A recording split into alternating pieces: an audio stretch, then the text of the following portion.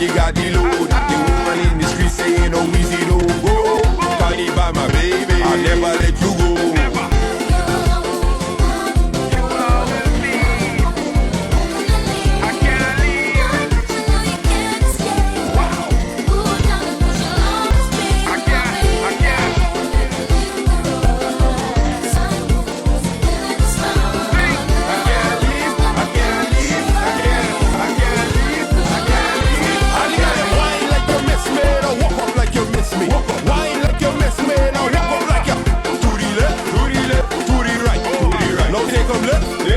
Take them right, no take them right. All the gal them wine like you miss me, or walk up like you miss me. Wine like you miss me, or show off like you show off. Wow, show off. Wow, show off. Wow, show off. Wow. They say we wasn't coming back, but little do they know. The road belong to TT Band, somebody let them know. The woman in the street, watch her, going low. Call me by my baby, I'll never let you go.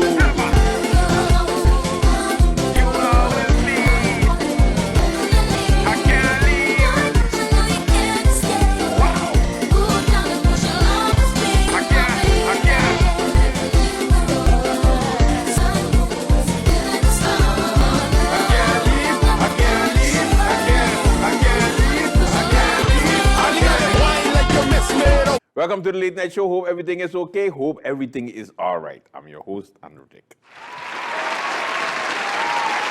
Okie dokie, kids. What's happening on the lovely island of St. Martin? Everybody, gather around. Come and sit around me.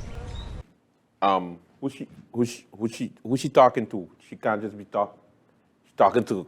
Who's she talking to? Everybody, gather around. Come and sit around me. Excuse me, miss. Sorry, my parents taught me not to speak to strangers, so I will not be coming to hear your story. No. Swaliga, the land of salt, also known as St. Martin.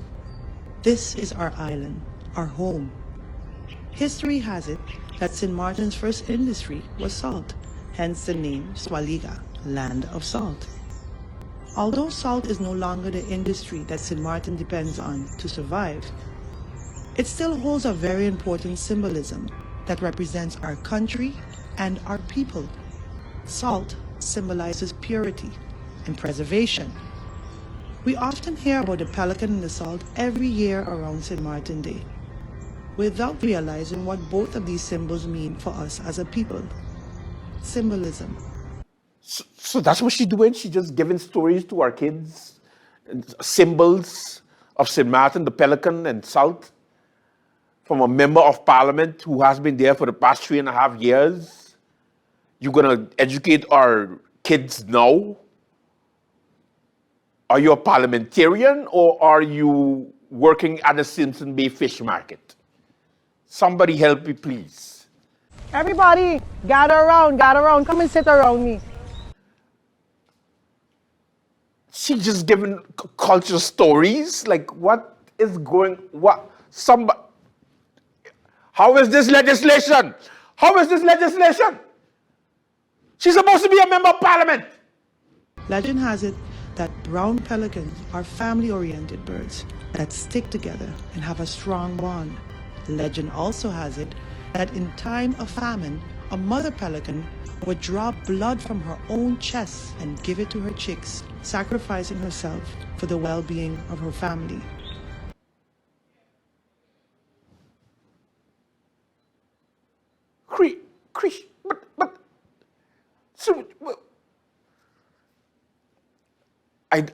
I don't understand it. I'm trying to understand it. Please help me understand it. Somebody please pinch me, wake me up, tell me this is a dream. This can't be a real thing.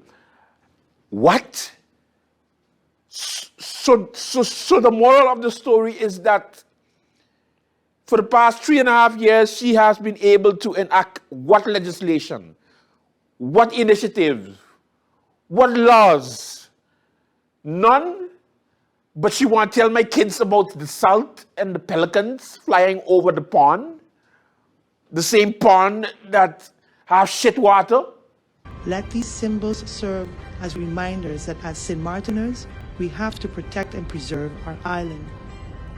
It may seem like a daunting task for one individual to execute, but we're all in this together. I must say, that by far is the worst political ad in St. Martin history.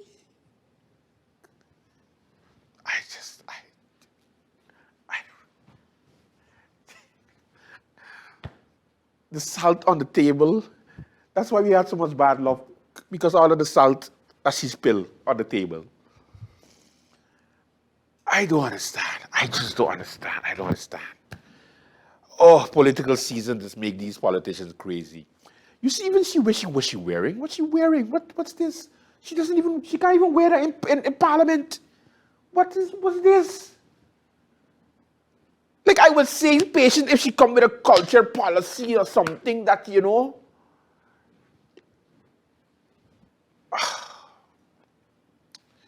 Anyway, it's Grisha. It's DP. All right.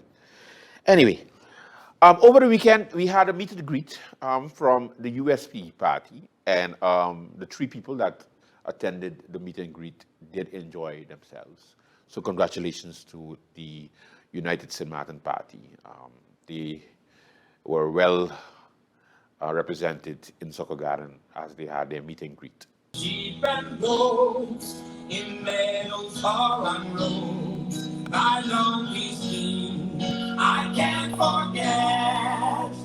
Oh, sweet St. Martin's land, so right by beaten strand, with sailors on the sea in harbor's free, where the chains of mountains gleam.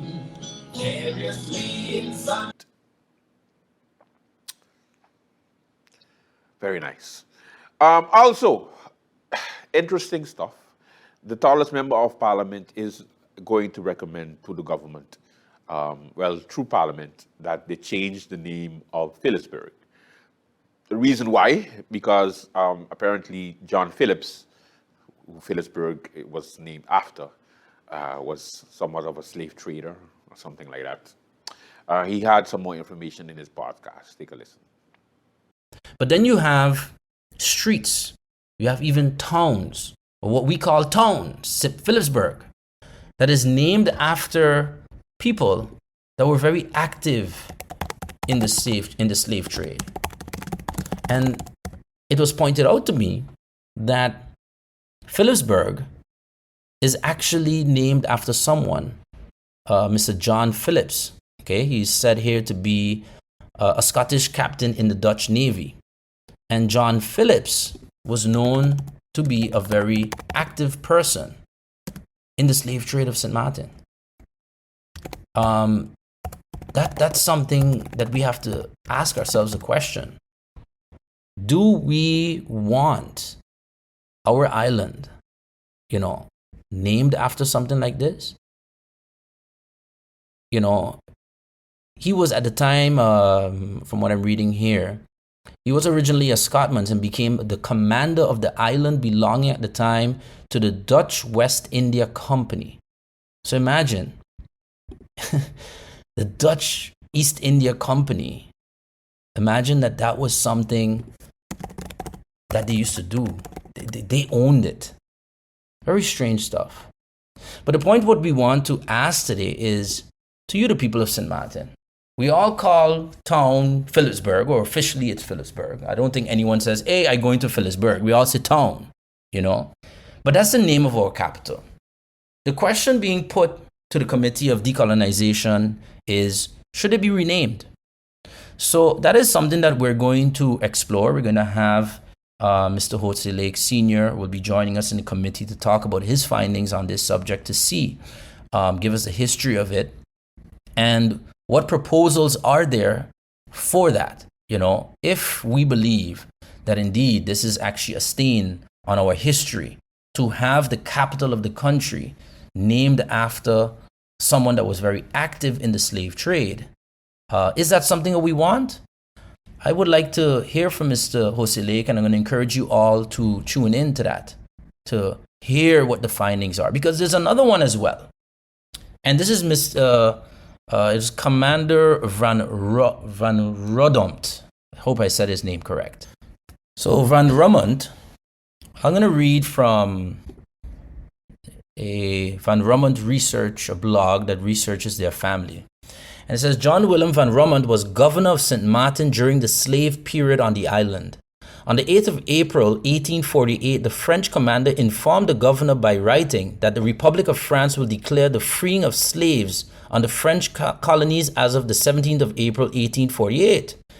The governor had to make certain decisions and take measures on the Dutch side of the island due to the free call of slavery on the French part of the island, Saint Martin, and the consequences it would have for the Dutch side.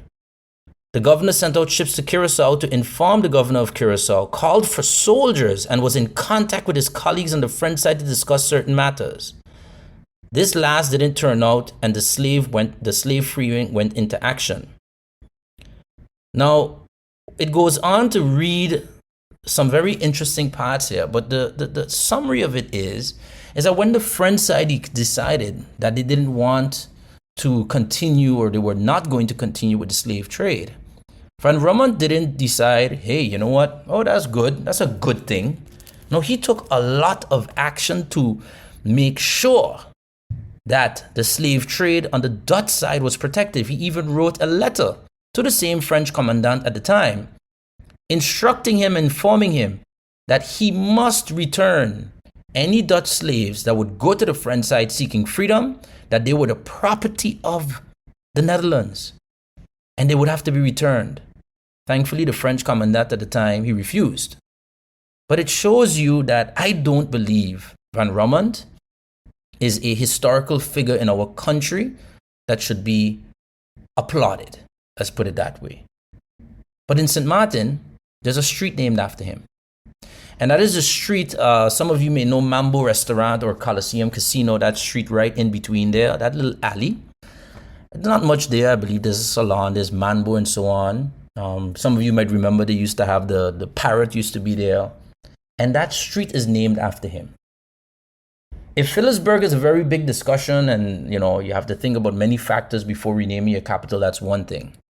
But Van Rodompt, that should be renamed immediately.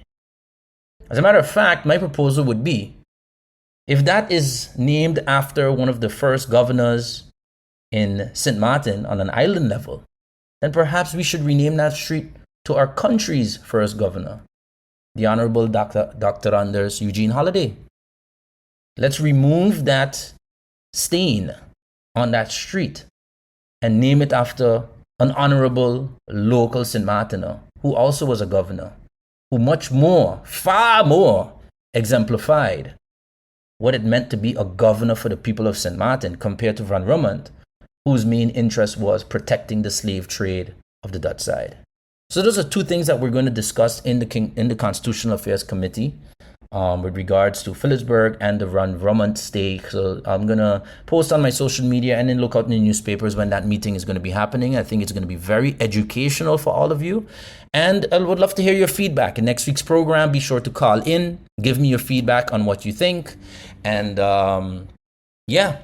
Anyway, welcome to the Late Night Show. Everybody, gather around. Come and sit around me. Come on, guys.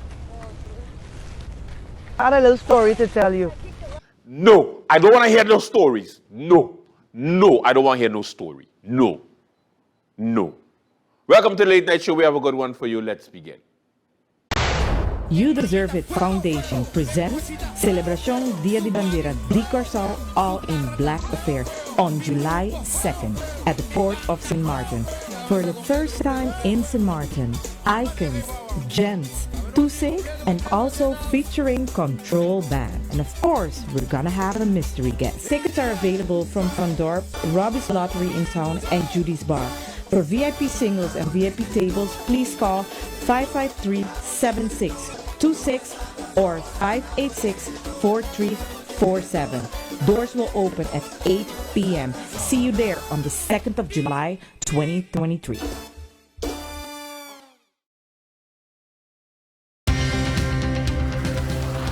At SXM, we're taking travel and tourism to new heights. Here we boast spacious check-in areas, 10 passport control points, comfortable departure lounges, and finally, there's an airport in the Caribbean that takes your travel plans as seriously as you do. Princess Juliana International Airport.